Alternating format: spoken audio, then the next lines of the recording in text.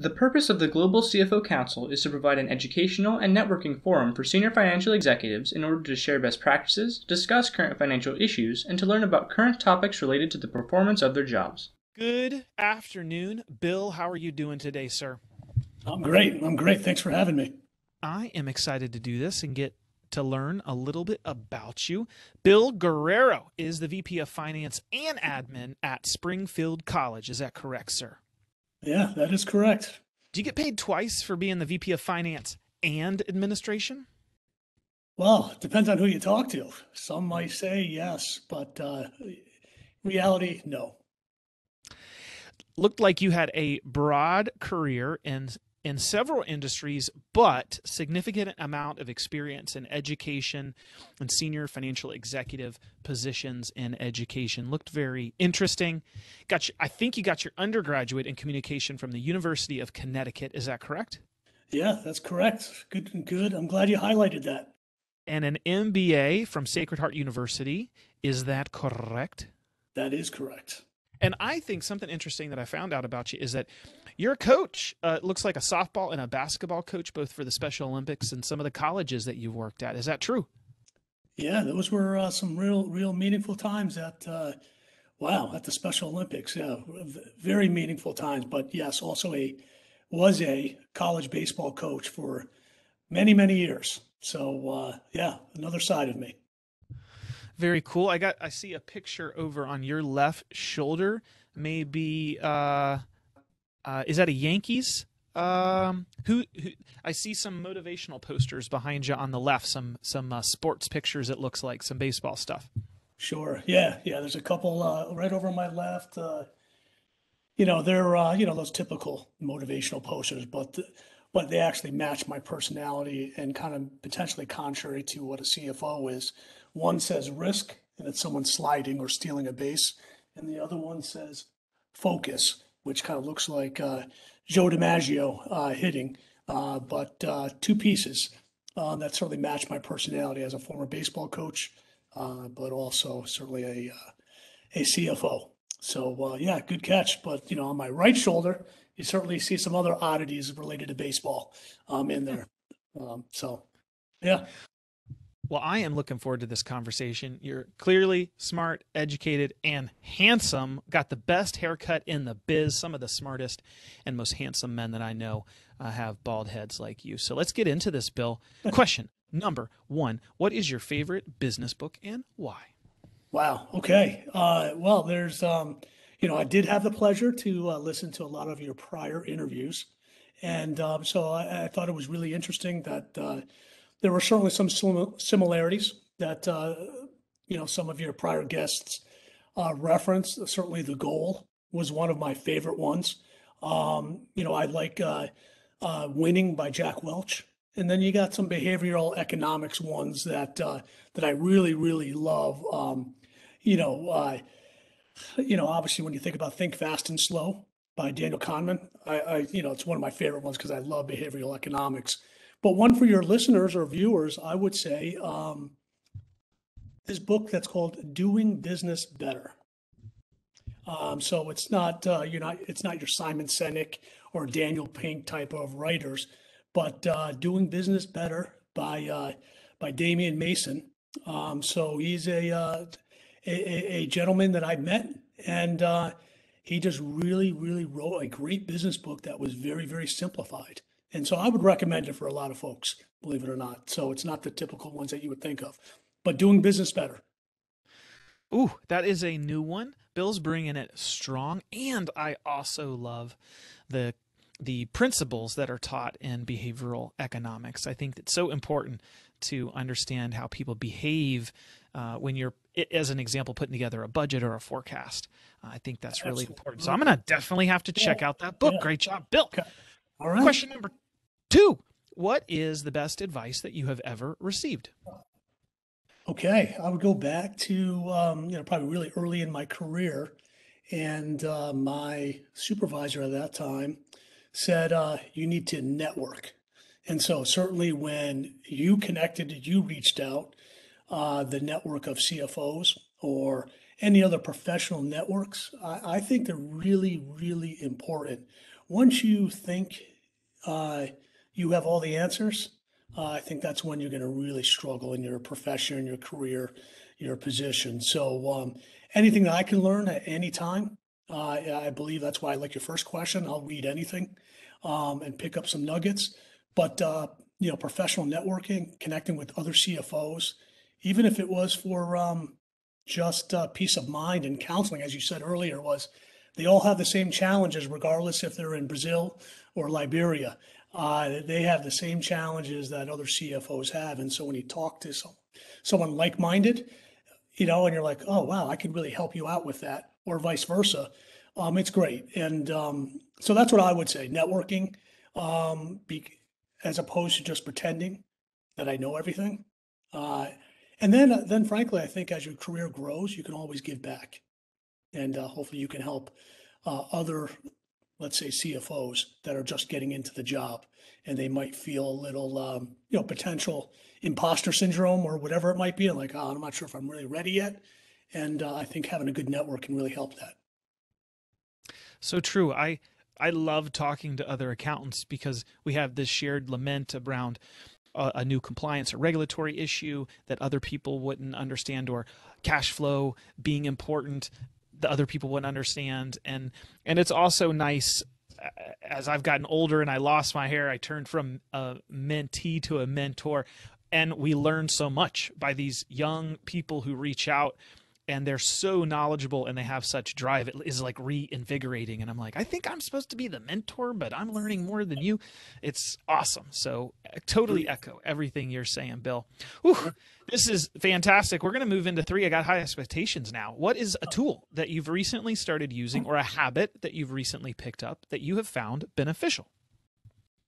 Oh, well, I would say, and certainly in our jobs as CFOs, I mean, it's pretty stressful. A lot of times without your network, not many people can really kind of empathize, let alone sympathize, and with what you're going through when you're trying to balance a budget, let's say, those kind of challenges. But for me, it's kind of just finding times where I can have peace of mind, collect my own thoughts. And if that's a long commute, if that I feel, frankly, recently in my area where I am, a lot of snow shoveling. People would say no to snow shoveling. For me, I look at it as it's me, myself, I'm shoveling, it's exercise, take my time, you can feel relatively accomplished. But, and then I would just tell you, really a new tool, as I talk about meditation or just quiet to collect your thoughts is, and I don't know if this is as I gradually lost my hair, as you were saying, as I get older, is, one of the tools is, now I like tending my garden. So I think those kind of pieces of, cutting my flowers, maybe, roses or whatever for my wife, there's some level of peace of mind there that makes me, I feel better at my job as I kind of balance, our stressful jobs. Bill, speaking about that job, and you have an interesting angle being a senior financial executive for a college, what is the best part of your current job? Yeah, I mean, as you mentioned in the beginning, I mean, the CFO title is interchangeable in higher ed or in education as Vice President of Finance and Administration. And what that means is you're in charge of all operations as well as the finances. And so what that does is it creates a really fabulous, I would say, experience in my job is there's no day that's the same. So I'm not sitting behind my laptop and just booking journal entries or doing financial analysis or printing out financial statements. I could be in any of my different operations, talking to my team, talking to my staff, seeing how I can advocate, how I can help them. It could be troubleshooting many, many different problems, certainly in the higher education industry. Those are related to your students. They're related to your faculty, related to your staff. But, my portfolio, yes, no doubt you have the controller, finance, and accounting related to that, but you have facilities, you have information technology, you have public safety.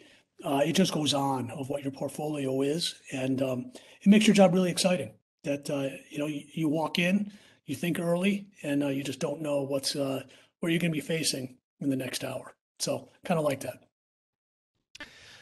Bill, what about something personal that you wouldn't mind sharing about yourself with the rest of the CFO Council members? Well, I was hoping, I would just tell you, I mean, I thought it was interesting that you raised the fact that my undergraduate degree is communications. I think your videos, these are going to be really good for any type of professional development, networking, and so forth. Is the path to a CFO is unique for everybody, and no one. You may say to your son, as your unpaid intern, hey, to be a CFO, you got to listen to all these. You have to get this major and so forth. My undergraduate was communications, as you know, and not until going through college and realizing I was good at math as one aspect, where I was like, okay, let me just dabble in a couple of finance classes. You start realizing that something you might be good at, and but there's no doubt that the communication undergrad has been really helpful in articulating financial statements or budgets and so forth to your audiences. But I really believe that that piece of the pathway to becoming a CFO is different for everybody, and let alone a CFO in higher education. People don't realize how the heck do you get into those business that area, because it's a challenging business. But I would tell what people don't know is the business of higher education is a very, very sophisticated career path. And so if people are interested in that, and I don't even know if I'm one of your first higher ed CFOs to speak. I'm not. That hurts. That hurts. But yeah, it's getting that career path to get into higher ed. Fascinating, because I came from structured finance, and that was certainly boring, but issuing bonds, packaging receivables. So moving from there into higher ed was a fascinating change. So nothing too unique besides being a baseball coach and a communications undergrad that would excite your audience. But I would say the career path is interesting for folks. I think having that background in communications is probably a great asset for you, because what we do so much is communicating information to others, or receiving information, or maybe helping our internal customers communicate their needs to their stakeholders. So that could come in really handy to have that as a skill set in your tool belt. Yeah, I would tell you, I do more slide decks than anyone would ever imagine. Yeah, you're spot on. How do you create a slide deck that is meaningful to all your stakeholders and adjust them to that particular stakeholder? It's important to make sure that critical information is understood. So you're spot on. I was telling somebody, a young person recently, I was like, I don't know what your major should be, but I definitely think you should take public speaking, data analytics, and a class on business law. Those are some things I wish I knew some more about when I was right out of college.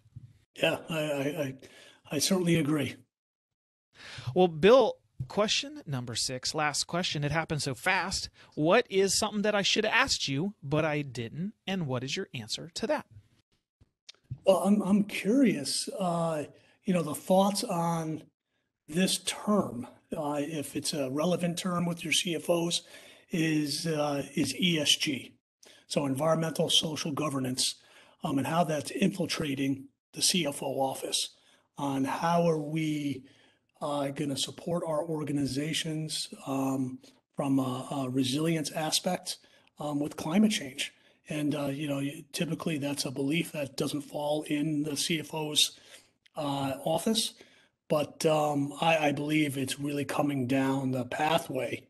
And I think that's something that CFOs in general need to be interested in and to be prepared for, because like, you and I know, with our annual audits, compliance, all those pieces, I would say the ESG component is going to be a requirement. That's, so it's not just going to be FASB, it's going to be SASB, they're all going to be those requirements are going to be, that all CFOs are going to have to be fluent in.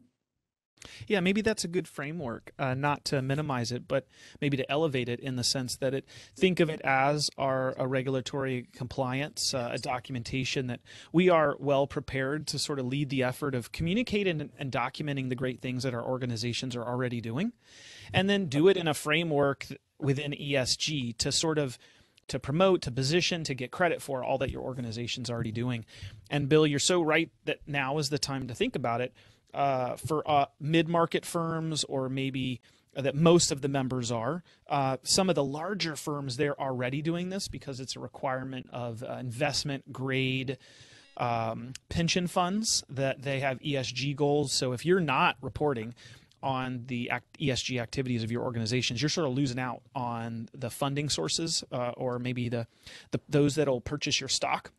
But that's going to trickle down, and we are perfectly positioned because of our experience understanding regulatory compliance, I think, to communicate and share all the great things that are going on in our organization in that framework. That's great. That's great. I'm glad you asked. Yeah, man. Well, you did an excellent job. I really enjoyed talking to you, and it's fun to talk to somebody like yourself in Massachusetts where it snows. As a guy who grew up in Florida, something that never came out of my mouth is I have to go shovel snow. Or that I've never said those words in my life. I've moved north throughout my life from Florida to Georgia to South Carolina, and I've still never uttered the words, I need to go shovel snow. Well, coming soon. It's coming soon. Well, God bless you. I'm praying for global warming, not global cooling. I know it's climate change, but I don't want to shovel snow. Nothing will get people like myself from Florida focused on the importance of the environment, that if it snows in Florida, we will immediately be on board of doing the best we can to support the environment. Leave it better than we got here. So thank you, Bill. That was awesome. Enjoyed the conversation, and I hope you have a great day. You too. Thank you.